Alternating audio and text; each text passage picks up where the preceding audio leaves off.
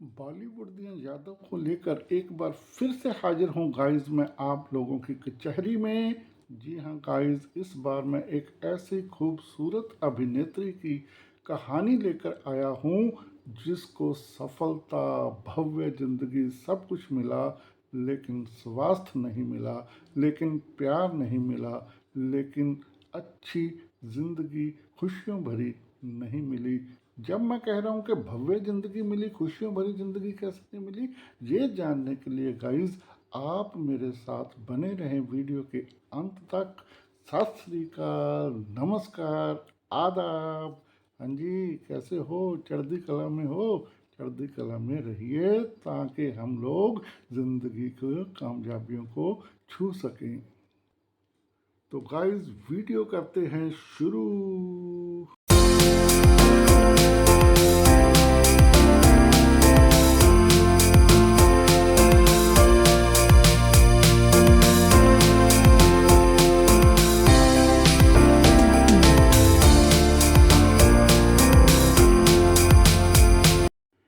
Guys 40 व 50 के दशक की बेहद खूबसूरत हीरोइन, जिसने पहली बार 1950 में जिसकी फिल्म ने ए सर्टिफिकेट लिया था, खूबसूरत और बढ़िया ज़िंदगी जीने वाली, बढ़िया बढ़िया हिट फिल्में देने वाली गाइस हीरोइन थी मधुबाला।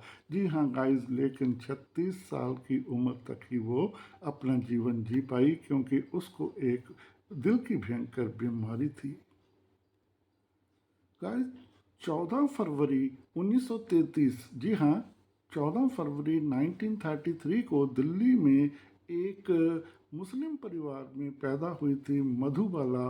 लेकिन उनकी फैमिली में 5 बहनें यानी 6 लड़कियां, 2 भाई, यानी कि 8 बच्चे थे। तो वो फैमिली जो है मुंबई की तरफ आ गई गाइस, और 9 वर्ष की आयु में ही मधुबाला को अपना फिल्मी कैरियर बाल कलाकार के तौर पर शुरू करना पड़ा था।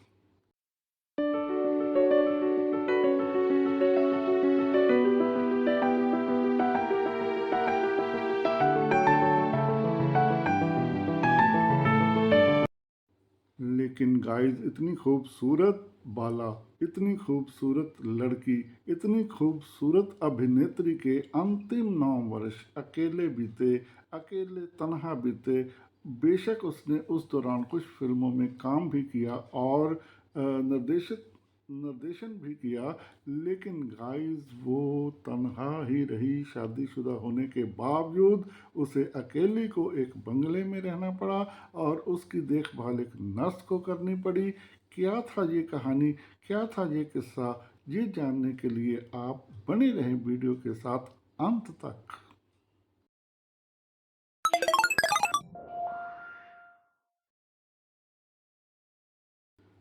तो गाइस मधुबाला की जीवन सफ़र को जानने से पहले हम पहले उस किस्से को ही जान लेते हैं, जो किस्सा बेहद दर्दनाक है। एक हसीना के 9 वर्ष तन्हाई में दर्द भरी जिंदगी में गुजरे। कैसे गुजरे? गाइस अभिनेत्री मधुबाला का आखिरी समय बहुत ही दर्द भरा था। जैसा कि उसको फिल्मों में भव्य सफलता मिली, उसको शोहरत मिली, धन दौलत मिली, भव्य लाइफ जीने को मिली, उसने अपने परिवार को बहुत बढ़िया लाइफ दी। भाई गाइस, उसने अपने भाई बहनों के लिए बहुत बढ़िया लाइफ दी, जिंदगी दी, लेकिन उसके अंतिम समय दर्द भरा बीता, क्योंकि जहां उन्हें जिंदगी में धन दौलत, शोहरत और भव्य जीवन मिला, वहीं असल जिंदगी में उसको उसका नसीब जो था वो खराब रहा। गाइस मशहूर अभिनेता दिलीप कुमार के साथ प्रेम संबंधों में होने के बावजूद, सीरियस प्रेम संबंधों में होने के बावजूद, उनको किन्हीं कारणों के चलते ब्रेकअप करना पड़ा। इस ब्रेकअप के बाद गाइस उन्होंने गायक किशोर कुमार के साथ शादी कर ली थी, लेकिन अंतिम समय तक प्यार के लिए वो तड़पती ही रही गाइस। गाइस, क्योंकि उनके दिल में शेद था और उन दिनों इस बीमारी का कोई बहुत बढ़िया इलाज नहीं था। विदेश में भी वो गई थी, क्योंकि जब किशोर कुमार को इसके बारे में पता चला तो वो मधुबाला को लेकर लंदन में गए और बड़ा सा बड़ा इलाज कराने के लिए उन्होंने कोशिश की, लेकिन डॉक्टरों ने जवाब दे दिया था कि ज़्यादा से ज़्यादा वह 2 वर्ष तक ही अपनी जीवन जी सकती है। लेकिन गाइस, असलियत में वो 9 साल तक तो जिंदा रही, लेकिन वो तन्हा ही उन्हें अपनी ज़िंदगी को जीना पड़ा।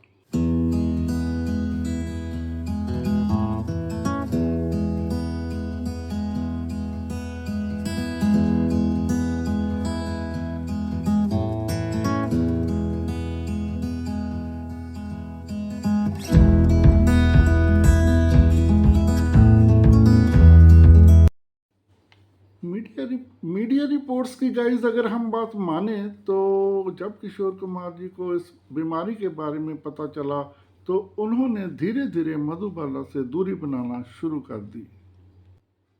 हालांकि उन्होंने इसके इलाज के लिए विदेशों में भी बहुत कोशिशें की, पर इंडिया में फिर इलाज चलता रहा तो उन्होंने मधुबाला को एक बंगले में अकेले शिफ्ट कर दिया और वहाँ पर मधुबाला की जो देखभाल थी, जो वो एक नर्स किया करती थी।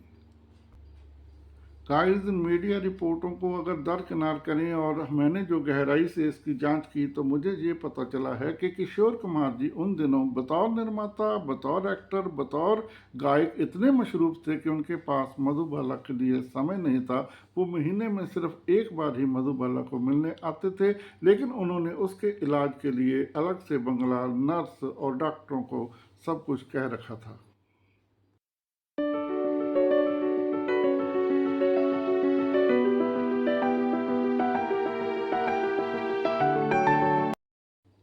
गाइस, बेहद खूबसूरत महिला, बेहद खूबसूरत एक्ट्रेस, धन दौलत की जिसको कमी ना हो और जिसके पास हर तरह का वैभव हो, लेकिन वो स्वास्थ्य के लिए लड़ती रही, ऐसी लड़की की ऐसा किस्सा सुनकर आपको कैसा लगा? एक लाइक तो बनता है गाइस। और गाइस, वीडियो को लाइक और कमेंट देने के साथ साथ चैनल को सब्सक्राइब जरूर कर लें, क्योंकि चैनल को सब्सक्राइब करोगे तो ऐसे ऐसे किस्से और भी आपको देखने सुनने को मिलते रहेंगे। गाइस, अब अगर हम उनके जीवन और फिल्मी कैरियर की बात करें तो बने रहो मेरे साथ। तो अब मैं आपको बताने जा रहा हूं उनको बचपन से लेकर उनकी मृत्यु तक का जीवन का सफ़र। 14 फरवरी 1933 को पश्तून मुस्लिम परिवार के घर में दिल्ली में जन्म हुआ था मधुबाला का। गाइस, मधुबाला उनका फिल्मी नाम था, असल उनका नाम था बेगम मुमताज़ जेहानी। गाइस, 9 वर्ष की आयु में ही बाल कला के तौर पर उन्होंने 1942 में हिंदी फिल्म बसंत फिल्म में अपना फिल्मी कैरियर शुरू किया था। गाइस, जैसा कि मैंने बताया कि उनका जन्म जो है वो दिल्ली में हुआ था, लेकिन उनका परिवार बहुत गरीबी में था और उनके परिवार की संख्या भी बहुत ज़्यादा थी, क्योंकि उनके भाई बहनों की संख्या जो है लगभग 8 थी और 9, उनको मिलाकर 9 बच्चे थे। तो इसके चलते गाइस, दिल्ली में परिवार जो है सरवाइव नहीं कर पा रहा था, तो इन्होंने बहुत ही शुरुआती दौर में ही इसका परिवार जो है, पिताजी जो है, उनको मुंबई लेकर आ गए थे। इसलिए मधुबाला जो है वो 9 वर्ष की आयु में ही फिल्मी दुनिया में आ गई थी।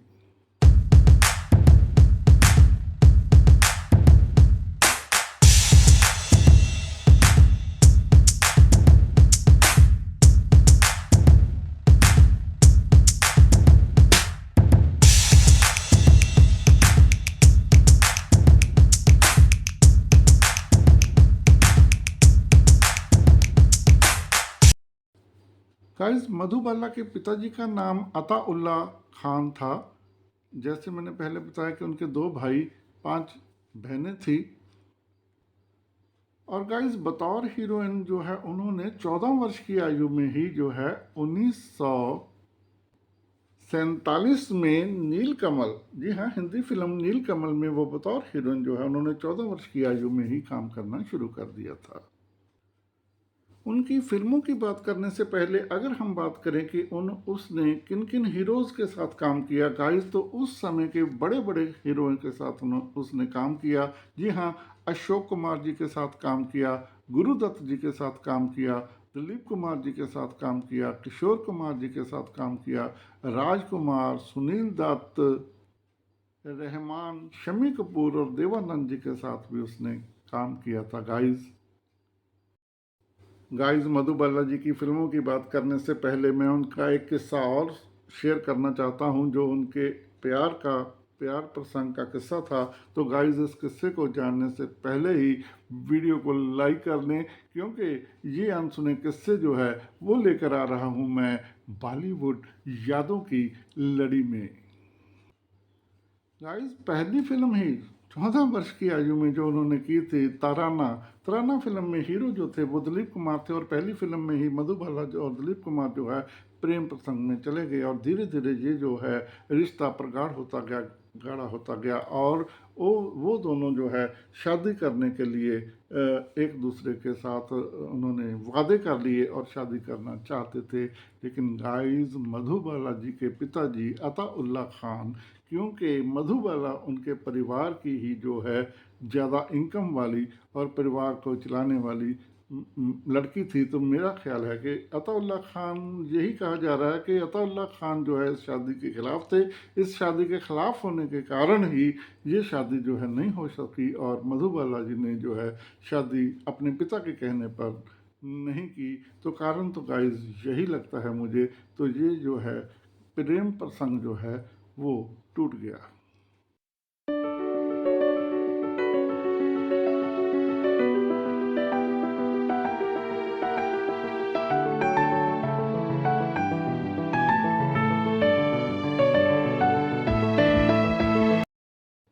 इसीलिए गाइस, मधुबाला जो है वो अकेले ही अपनी लाइफ के साथ, अपनी बीमारी के साथ जूझती रही, और 9 साल गाइस वो अकेले एक बंगले में अपना इलाज कराती रही, दर्द भरी ज़िंदगी जीती रही। हालांकि फिल्मी सेट में जाती थी, क्योंकि वो निर्मात्री भी थी, उसने कुछ फिल्में बनाई भी, और एक्टिंग तो वो करती ही थी।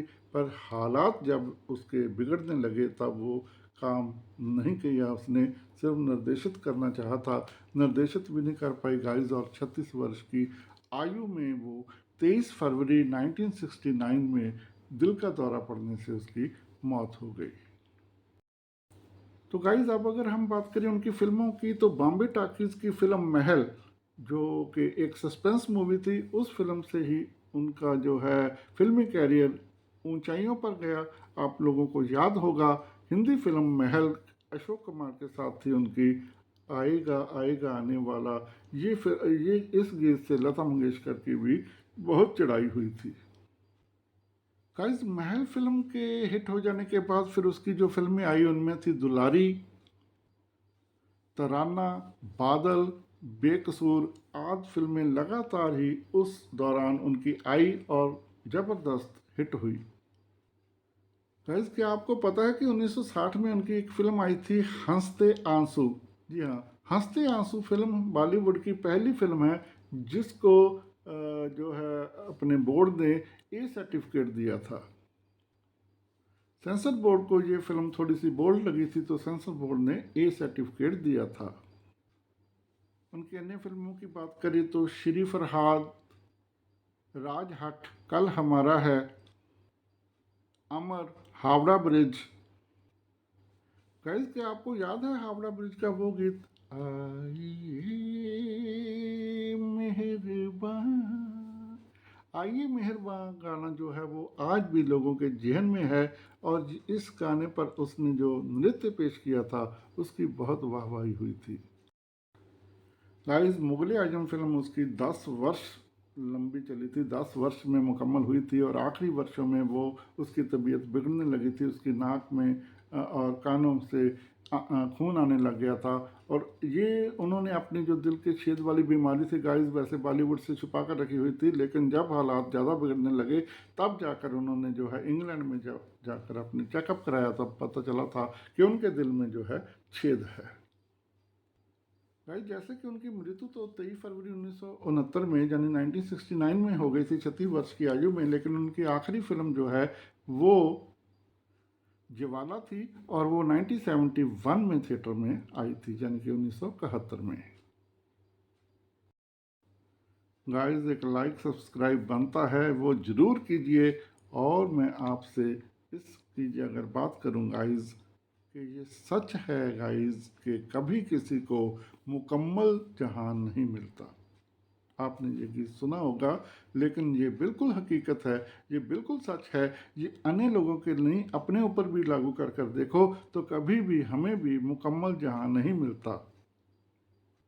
और ये बात मधु बालाजी पर भी सटीक साबित हुई थी गाइस। फिल्मों में खूब शोहरत मिली, पैसा मिला और भव्य लाइफ मिली जीने के लिए, लेकिन गाइस स्वास्थ्य नहीं मिला।